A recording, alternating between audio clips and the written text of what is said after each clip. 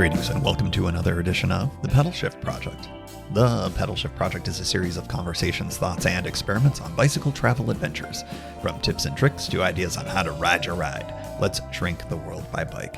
Show notes and more are available at pedalshifted.net/381, and you can email the show at pedalshift@pedalshifted.net or text me at 202-930-1109 and check Pedal Shift out on all the socials as well. Hello, everybody, and welcome to the 381st edition of the Pedal Shift Project. My name's Tim Mooney. Thanks so much for joining. On this edition, the NoDak Northern Tier Adventure Preview. I have not said that once, not a single time, and I'm super excited for this. Because, folks, I am going to North Dakota, and I am unreasonably excited about it. For years, I have been stuck at 48 U.S. states visited. And for real, we're not just talking airport states. These are actual visits to actual states. But the final two that remained on my list or have remained on my list were North Dakota and Alaska. And zero disrespect to the great people of North Dakota, but Alaska has to be my 50th. But the opportunity to get there was shattered 10 years ago when my original ride that was supposed to be the 2014 ride that ended up being that big Pacific Coast ride that I've told you all about. That was supposed to be a Northern Tier route, and that got scuttled by a gigantic heat wave that I was just absolutely not going to ride through. And so I didn't get to go through North Dakota. And I wasn't interested in riding through it when it was 110 degrees. But now I'm finally getting an opportunity to go to the great state of North Dakota. I am doing it with a bike and buffalo. Okay, so what's the adventure?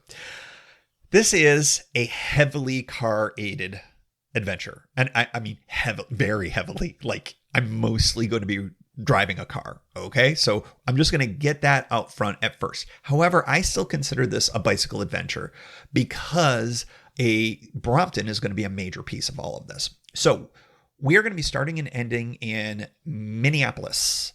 And I'm going to be there for a work thing. Actually, I'll be in St. Paul for the work thing, but the car rental's in Minneapolis. Anyways, you get the idea here. We're going to be in Minnesota. And the thing that I think that makes this most adventure-y is that it's going to be all camping. There will not be a single hotel involved at all during any portion of the adventure phase of this trip. I will be riding my Brompton daily as a part of this in all sorts of different places.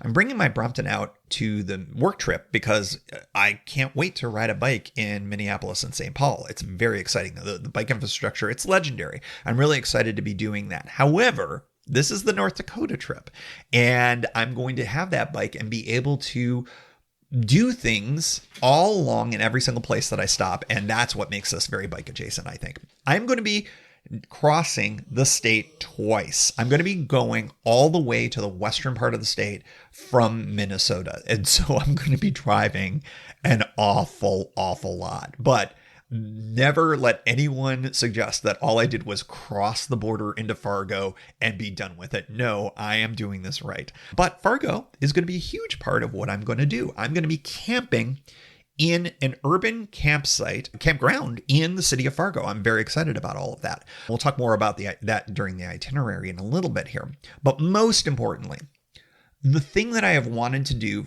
for really my entire adult life is visit Theodore Roosevelt National Park in North Dakota. It is on the western side of the state. It is gorgeous. It is remote. It is beautiful. And it has one of the now many, but not used to be many, wild buffalo herds in the United States. By the way, if you haven't seen Ken Burns' documentary on buffalo, I would really strongly recommend it. It's really quite good, and it got me very excited for this trip, to be honest.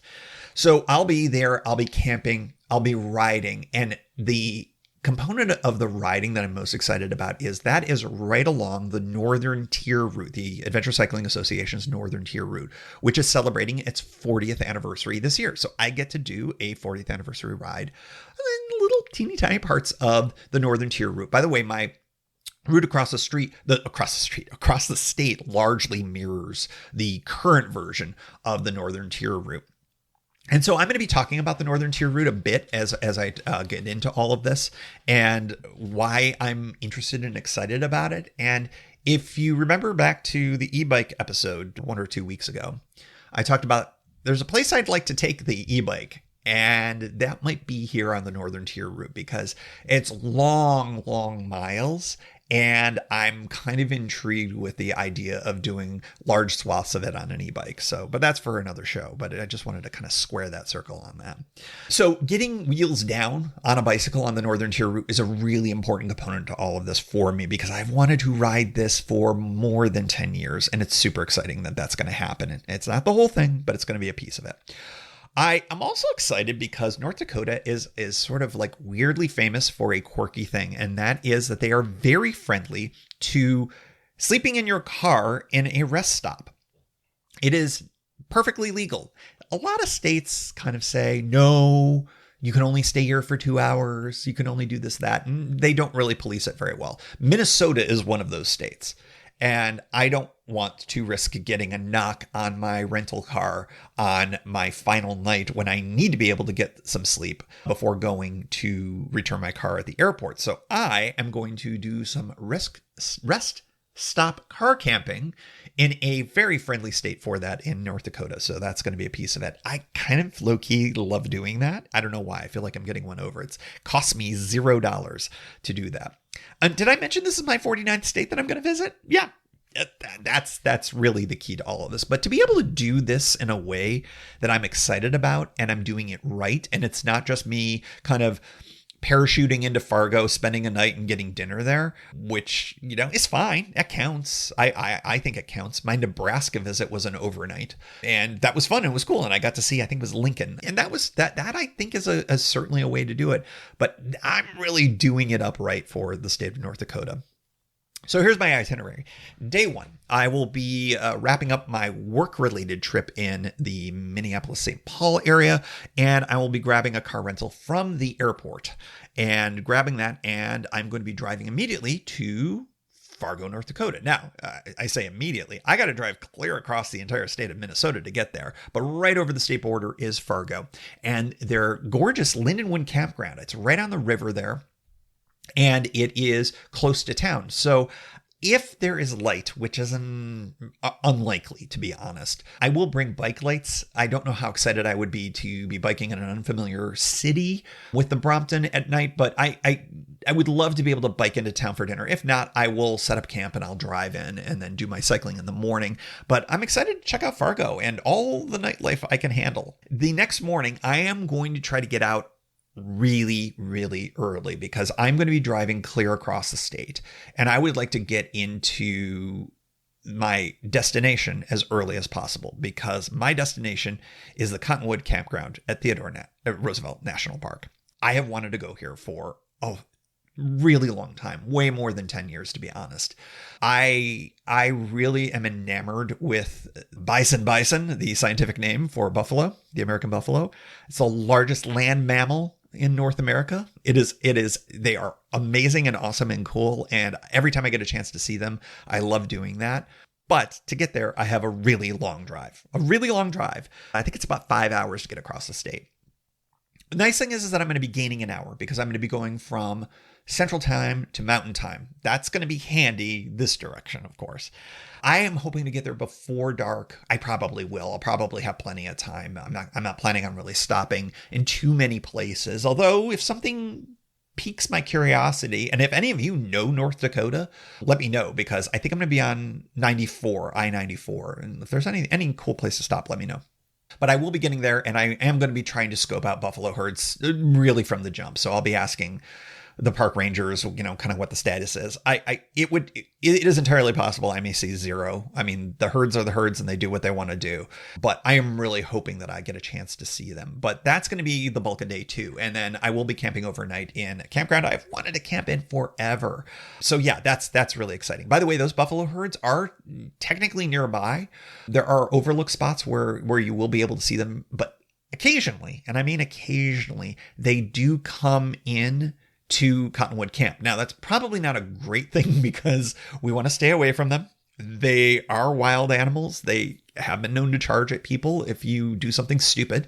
So, but to be able to get as close as I can to buffalo while being respectful for all of the rules and within the national park, I'm not one of those losers that wants to go up and pet them because they are not smart. So I would like to get a good look at them because they are fascinating to me. That's day 2. Day 3.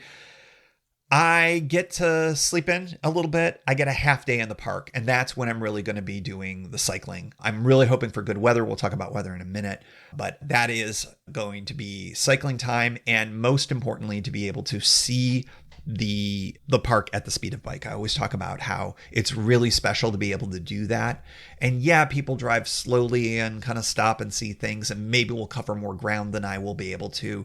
But I am really excited about being able to bike on the Brompton within the national park and to enjoy that. I will have to leave at some point though, because I've got to get back. I've got to make some miles back because my plane leaves out of Minneapolis. And by the way, I looked into a whole host of other options here. I thought about doing a flight out of as far away as Missoula, but ultimately at the end of the day, flying from another airport in that part of the country wasn't going to be that much better for me than getting back to Minneapolis, because of course there's additional costs involved with one-way car rentals and things like that. And technically this is a work trip, so I was able to basically have my flight be paid for by work because they have to fly me into Minneapolis and then they have to fly me back. So that's why we're going to drive all the way back across the state. But might have opportunities to do some things there, but that's also the night of the car camping in a rest area. And the one that I'm eyeing is about halfway back to Minneapolis, and to be able to kind of cut that long drive, which is an extra long drive, of course, to get all the way back to Minneapolis, to be able to cut that in half is a good thing. And so I'll be doing that. And there are some cool towns that I'm interested in checking out. And of course, I'll be able to get dinner at, one of these kind of cool small North Dakota towns. You just never know what you're going to get with that. But, in bike touring, we get to explore these smaller kind of trail towns. That's going to be the case here, except I'll obviously be doing it by motor vehicle. But maybe I'll get a chance to bike on that day a little bit more too. But the real gem of day 3 is cycling in and around Teddy Roosevelt National Park. Day 4, early departure. I have an afternoon flight, but I got to make sure that I account for things going sideways. So I'm going to leave as early as possible, perhaps before the sun comes up, and I'm going to pack up. I'm going to be in a car pretty much, I think, sleeping in the car in my sleeping bag. So basically it's just roll out of sleeping bag, turn on ignition, start driving, and then go find coffee as quickly as I possibly can. So that's it. Return car, go home. This sounds fun to me. Does it sound fun to you? I'm excited about this. I've been excited about this for months. Sometimes it's hard for me to hold back doing these preview episodes for you because this has been largely planned for months, and I'm just excited. Gear, rental car. I'm not going to lie, going to be doing a lot of driving. Is that out of character for this show? Well, during the pandemic, I did an entire month of podcasts literally from a motor vehicle. So guys, I've done this before, right? I will hopefully be doing much more about the cycling, and that is going to be with the Brompton, which will be folded up in the rear of the vehicle. I'm going to have camping gear with me, of course, because my intention is to camp the entire time. That's going to include tent camping in most of the places I got to bring a tent. It's all going to fit in a suitcase, though. I'm going to be flying an airline where I get a couple of free checked bags. That's going to be very handy and helpful. So I'm going to focus in on getting the tent and all of my necessaries, enough stuff to be warm, obviously clothing and stuff like that. And then if I can fit some luxuries in there, I'm going to do that. After all, this is going to be car camping. So I'm going to try to do that the best I can while staying underweight for those particular bags. I may check.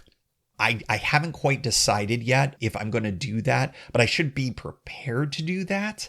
I am flying. I didn't mention the airline. I am flying Southwest Airlines, which is the easiest one in my experience for getting it on board.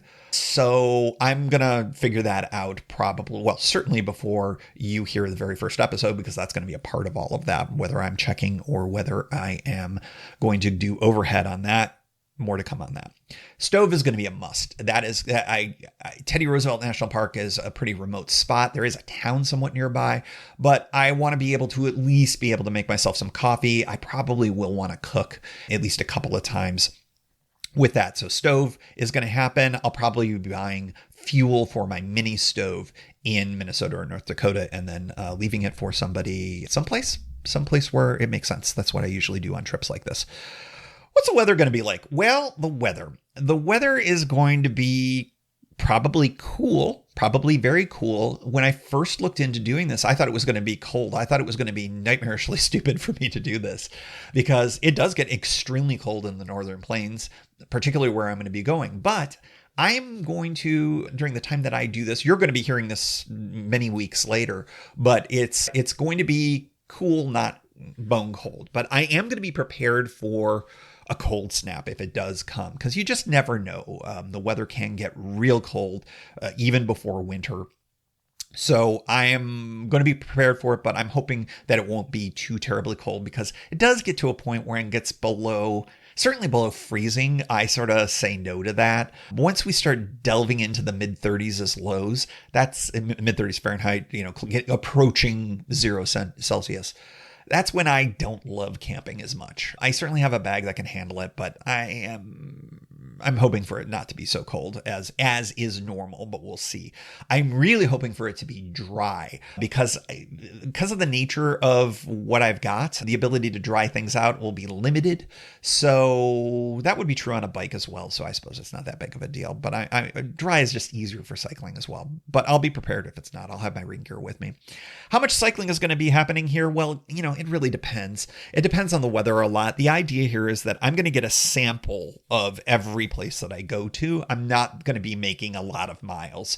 The mileage statistics are going to be comically low, but the idea here is to be able to see what I can see at the speed of bike, and that is most necessary for me personally in Theodore Roosevelt National Park. So I at least want to get in one decent little ride where I get to see some cool sights at the speed of a bike, not the speed of a motor vehicle. And that, I think, is going to be really important, because I'm going to be spending so much time in a car. The other thing that I'm excited about is experiencing Fargo and its bike infrastructure, ? I don't know what to expect. I know that I'll be very close. I'll be within biking distance of the downtown area, because the campsite is not very far away. I mean, we're only talking a couple of miles at most. So I don't know what to expect. I don't know if anybody will see many Bromptons in Fargo, North Dakota. So I'm certain I'm going to get some quizzical looks, if not more. We'll see, but I'm excited. I'm excited to interface with a lot of folks in North Dakota. I don't have much in common with folks in North Dakota culturally. They don't have much in common with me, but I think that's kind of the most fun kind of discussions that you can end up having.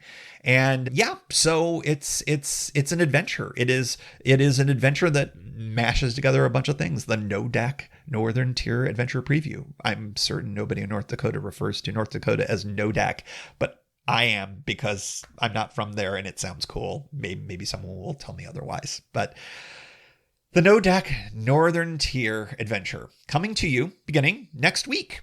Yes, next week. And I cannot wait. I obviously, you can tell I haven't started it yet. As I'm sitting here right now, it's a mere few weeks away, and I am giddy with excitement to add my 49th state and to visit a place that has a lot of mystery for me. And I am excited for the adventure and to bring it to you. And as always, we like to close out the show with a special shout out to the Pedal Shift Society. Because of support from listeners like you, Pedal Shift is a weekly bicycle touring podcast with a global community, expanding into live shows and covering new tours. If you like what you hear, you can support the show for $5, $2, or even $1 a month. And there's one shot and annual options if you're not into the small monthly thing. Check it all out at pedalshift.net/society. On to the society.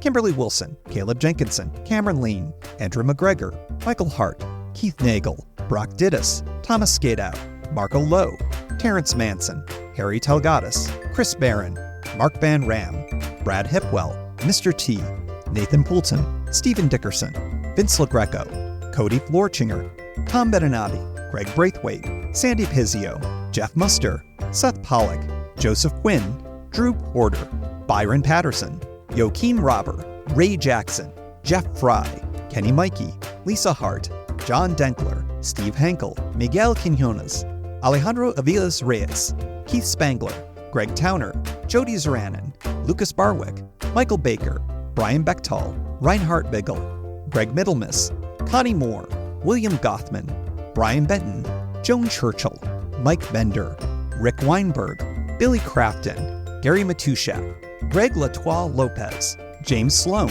Jonathan Dillard, John Funk, Ronald Paroli, Dave Roll, Brian Hafner, Misha LeBlanc, Ari Messenger, David Grotke, Todd Grossbeck, Wally Estrella, Sue Reinert, John Lico, Stephen Granada, Philip Mueller, Robert Lackey, Dominic Carroll, Jackie McCullum, John Hickman, Carl Presseau, David Neves, Patty Louise, Terry Fitzgerald, Peter Steinmetz, Timothy Fitzpatrick, Michael Azuski, Hank O'Donnell, David Zanoni, David Weil, Matthew Sponseller, Chad Reno, Spartan Dale, Carolyn Ferguson, Peggy Littlefield, Lauren Allensmith, Eric Burns, Thomas Pearl, Darren McKibben, Richard Stewart, Dave Fletcher, Jack Smith, Luke Parkinson, Ryan Patterson, Cyrus Faravar, John Gardner, Sam Scruggs, Dwight Pintinger, Connie Bowder, Rob Merrifield, and thanks to all past and anonymous folks for helping make this show happen.